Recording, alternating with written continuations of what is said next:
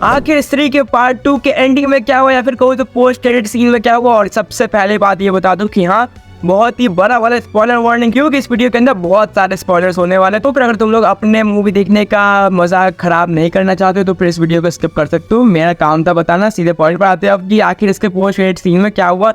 हमें देखने को मिले 3 कैमियोज जो कि अच्छे खासे कैमियोज। पहले 2 कैमियोज तो मेरे ख्याल से सबको पता होंगे, जहाँ पर जो है स्त्री मूवी की एंडिंग होती है वहाँ पर क्या होता है, श्रद्धा कपूर जैसे गुड बाय कहती है। उसके बाद हमें एक सीन देखने को मिलता है जहाँ पर हमारा जो मुंजिया का वापस जिंदा होने का सीन होता है। हाँ, जो मुंजिया मूवी थी ना उसके अंदर जो हमारा मुंजिया था वो कैसे वापस से जिंदा होता है वो कहानी दिखाई जाती है, वो छोटा सीन दिखाया जाता है कि आखिर ये जिंदा कैसे बचा, जो कि हमने मुंजिया के भी पोस्ट क्रेडिट सीन में देखा। और मुंजिया के बाद अगला कैमियो होता है वरुण धवन का, यानी कि हमारे भेड़िया का, यानी कि हमारे भास्कर का। और ये तो मेरे ख्याल से सबको एक्सपेक्टेड था, क्योंकि देखो भेड़िया मूवी जब वो स्त्री यूनिवर्स का एक पार्ट है तो फिर भेड़िया का आना तो यहाँ पर तय था। और यहाँ पर आके हमें क्या देखता है कि देखो हमारा जो जना था वो भास्कर को पिकअप करने आता है, यानी कि हमारे भेड़िया को पिक करने आता है। और वहाँ पर हमारा जो भेड़िया यानी कि वरुण धवन जो है वो बताता है जना को कि देखो हम दिल्ली नहीं जाने वाले, क्योंकि वहाँ पर कुछ ऐसे पिशाचों का खतरा है जो कि यहाँ गर्दन की नस से जो है खून चूस लेते हैं। और बेसिकली उसका कहने का मतलब था वैम्पायर। और यहाँ पे हमें रेफरेंस मिलता है, ये अब जो स्त्री के यूनिवर्स में अगली मूवी आने वाली है वो होने वाली है वैम्पायर्स और विजयनगर, जिसमें कि आपको आयुष्मान खुराना देखने को मिलेंगे। और हाँ, ये सही बात है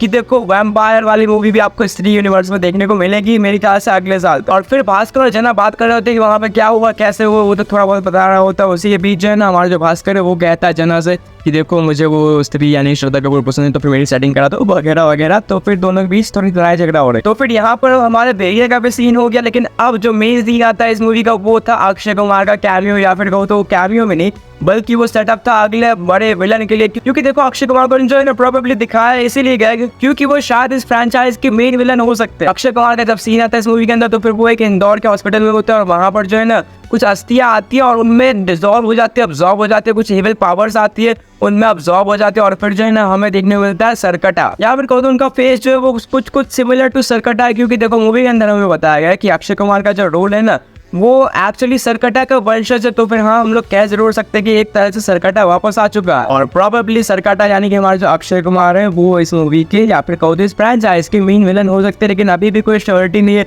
क्योंकि अभी और भी मूवीज आना बाकी, जैसे कि वैम्पायर्स और विजयनगर, और उसमें कौन विलन होगा कौन नहीं होगा ये देखने काफी दिलचस्प होगा। फिर हाँ, स्त्री के पार्ट 2 के एंडिंग में तो कुछ इतना ही हुआ जो कि आपको पता जरूर होना चाहिए अगर तुमने ये मूवी देख ली। और हाँ, अगर तुमने ये मूवी देख ली तो फिर मुझे जरूर बताना कि तुम्हें ये मूवी कैसी लगी, भाई साहब अच्छी लगी या बुरी लगी, बताना जरूर कमेंट सेक्शन में।